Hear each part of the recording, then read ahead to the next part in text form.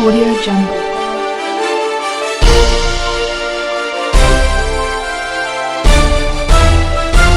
Audio Jungle. नमस्कार, आपके साथ मैं हूं ऋतिक सविता और आप देख रहे हैं तेज निगाहें न्यूज। अभी हमारे साथ मौजूद हैं डॉक्टर यूके चौधरी, उत्तर पूर्वी जिला से जिला महामंत्री बीजेपी से। सर बहुत बहुत स्वागत है आपका हमारे चैनल। जी नमस्कार सर, मैं आपसे पूछना चाहूँगा कि अब एमसीडी इलेक्शन पास हैं और तीनों निगमों में पिछले 15 साल से बीजेपी है, लेकिन आरोप एक ही लगता है कि बीजेपी भ्रष्ट है तीनों निगमों में। ऐसा क्यों? देखिए, ये आरोप आम जनता नहीं लगाती है, ये आरोप लगाते हैं केजरीवाल जी और उनके समर्थक। तो आप समझ सकते हैं केजरीवाल जी आरोप की ही राजनीति करते हैं। उन्होंने आरोप से अपनी ज़िंदगी शुरू करी। अन्ना आंदोलन के बाद उन्होंने राजनीति में आने के लिए आरोपों का सहारा लिया और आज तक एक भी आरोप सिद्ध नहीं कर पाए हैं। सैकड़ों लोगों पर आरोप लगाए, सैकड़ों लोगों की फाइल जेब में अपने हाथ में लिए घूमते थे।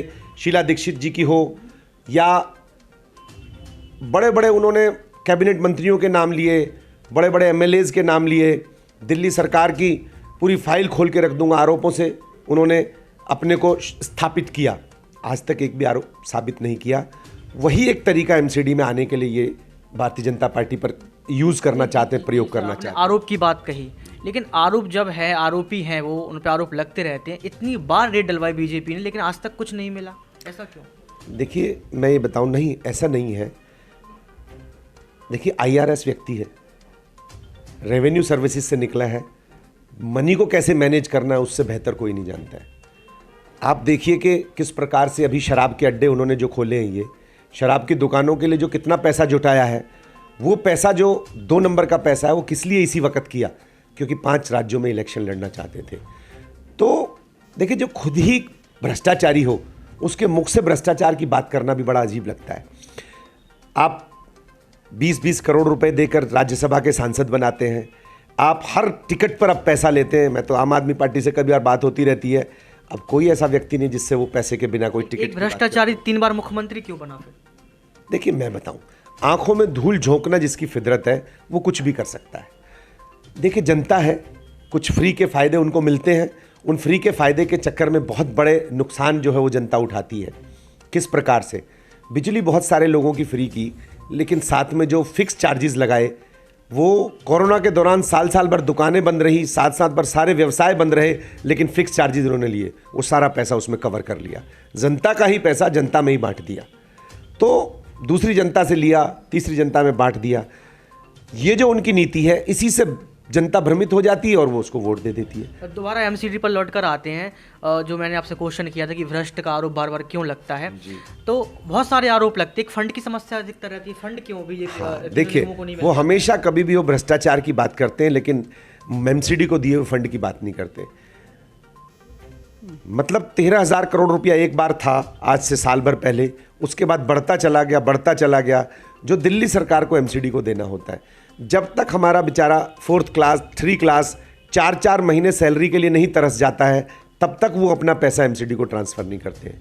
सिर्फ एक ही मानसिकता कि एमसीडी के कर्मचारी और एमसीडी की जो समस्याएं हैं वो बढ़ेंगी तो शायद सरकार जो है बदल के आम आदमी पार्टी की आ जाएगी। इसी मानसिकता के साथ वो काम करते हैं। उन्हें ये नहीं है चिंता कि गरीब जनता का काम हो जाए, फंड टाइम से आ जाए, एमसीडी के पास तनख्वाह टाइम से मिल जाए गरीब व्यक्ति को। वो उनके विचारधारा में नहीं है। वो चाहते हैं किसी तरीके से परेशान होकर जनता इनको बदले। जब शीला दीक्षित जी मुख्यमंत्री थी दिल्ली की, तो उस समय निगम को 3 पार्टों में बांट दिया गया। आपको नहीं लगता ये फंड की समस्या, एक निगम फिर से बन जाता तो फंड की समस्या कम हो जाएगी? जी बिल्कुल, मुझे लगता है कि हम तो इतना ज्ञान नहीं रखते। केंद्र सरकार इस पर क्यों कुछ कदम नहीं नहीं, मैं वही कहना चाह रहा हूँ कि देखिए, जो जिस प्रकार से ये डिवीज़न हुआ, तो डिवीज़न में भी कोई प्रॉब्लम नहीं है। प्रॉब्लम तो दिल्ली सरकार पैसा नहीं दे रही है। भाई, तीनों एमसीडी एक कर देंगे तो भी पैसा तो इसी नहीं। आप बार बार दिल्ली सरकार पर निशाना साध रहे हैं, भ्रष्टाचार बोल रहे हैं केजरीवाल को। अगर वो एक भ्रष्टाचारी है, वो तो अपनी तुलना भगत सिंह से कर रहे हैं कि 100 साल पहले जो भगत सिंह महापुरुष थे, उन पर अंग्रेजों ने एक आरोप लगाया था कि ये आतंकवादी है भगत सिंह, और मैं भगत सिंह का चेला हूँ, और आज इतिहास दोहराया जा रहा है। फिर ऐसा क्यों? वो तो भगत सिंह के चेला है, फिर आतंकवादी और भ्रष्टाचारी कैसे हो सकते हैं? देखिए, मैं वही कहना चाहता हूँ, वो जो वाकपटुता है उनकी, वो वाकपटुता यही है कि उन पे जो आरोप लगे और आरोप सिद्ध है उनके पास। मैं एक उदाहरण देता हूं कि वो नशा मुक्त पंजाब की बात लेकर चले और दिल्ली में ठेकों की संख्या डबल कर दी, एक पेटी के साथ दूसरी पेटी फ्री, ये ऑफर शुरू करा दिया, तो आप सोच सकते हैं कितना उनके शब्दों में हेर फेर है। मतलब कहते कुछ है और करते कुछ है। यहाँ पर वृद्धों की पेंशन 7 साल से रुकी हुई है और वहाँ कहते हैं महिलाओं को मैं 1,000 रुपया पर महीना दूंगा। तो आप समझ सकते हैं वो कितना, मैं तो एक शब्द यूज़ करूँगा जो भाषा में यूज़ नहीं करना चाहिए, कमीनापन व्यक्ति के अंदर है। अगर वो कमीनापन आदमी के अंदर है तो राजनीति में बहुत सारे लोगों को बेवकूफ़ बना सकता है। वो काम केजरीवाल जी कर रहे हैं। नहीं, फिर एमसीडी में अभी एक लगा था आरोप इसमें कि जो पार्षद हैं एमसीडी के बीजेपी पार्टी से, वो जमीन जो होती पुस्तकालय की कई सारी जमीन अपने पतियों के नाम कर रही हैं। ये आरोप भी तो बीजेपी पे लगा है, ऐसा क्यों? ये तस्वीरें सामने आती हैं। नहीं देखिए, मैं बताऊं, आप ये आरोप बेशक लगे हों पर मुझे नहीं लगता कोई सिद्ध आरोप है। लेकिन अपने तो रंगे हाथ गीता रावत को पकड़ा गया है। आप देख सकते हैं उनका भ्रष्टाचार का, मूंगफली वाले के माध्यम से पैसे इकट्ठे कर रही थी और साफ कहती है कि हमें मनीष सिसोदिया जी ने ये कहा हुआ है। नहीं, अगर वो भ्रष्टाचारी हैं तो वो बोलते हैं कि कोई माँ जब कोई भ्रष्टाचार करता है तो उसकी माँ बोलती है कि सो जाओ, नहीं तो भ्रष्टाचार को खत्म करने वाला आतंकवादी केजरीवाल आएगा। वो बोल रहे हैं कि हम भ्रष्टाचार को खत्म करने वाले आतंकवादी हैं। हाँ नहीं, मैं वही कहना चाह रहा हूँ। देखिए, उनके बोलने से कुछ होता है?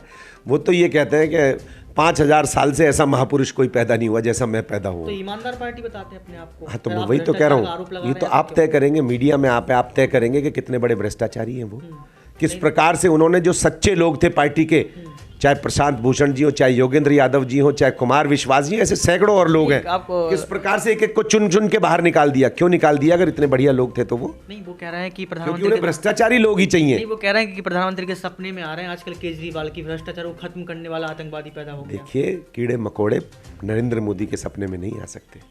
वो जिस प्रकार से एक महामानव है, जिस प्रकार से विश्व की में उनकी ख्याति है, केजरीवाल जी ये सपना देखना छोड़ दें।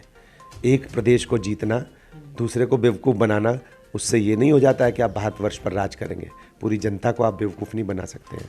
मैं ये कहना चाहता हूँ, सपने देखना सबका वो है, अधिकार है, वो भी सपने देख रहे हैं, लेकिन किस व्यक्ति से वो तुलना करते हैं। अब एमसीडी पे आ जाते हैं सर, कि जैसे आपने कहा बहुत सारे आरोप प्रत्यारोप तो लगते ही रहते हैं। एमसीडी पे आते हैं छोटे से चुनाव पर। इस बार क्या तैयारियां हैं एमसीडी को लेकर? क्योंकि उम्मीदवार बहुत ज़्यादा हैं।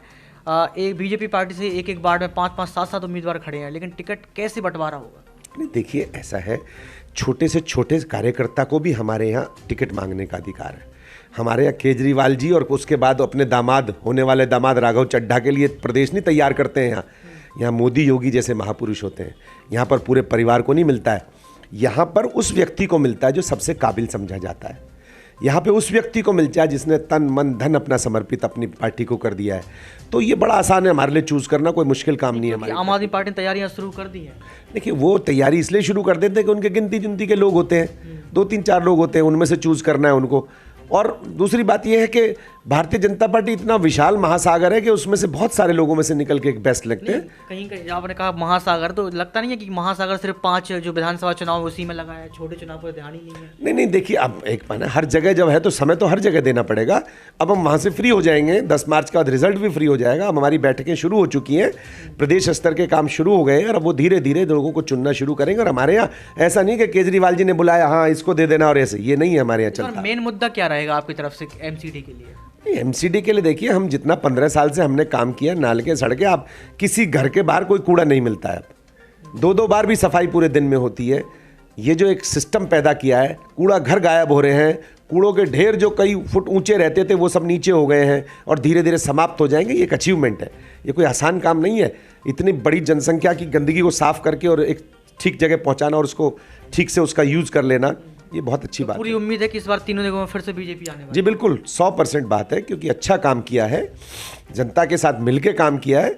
और हमारी ये नहीं कि चुनाव में तैयारी की जाती है, हमारा कार्यकर्ता चाहे कोरोना काल हो, चाहे दंगे हो, 24 घंटे काम करता है, हर समय काम करता है।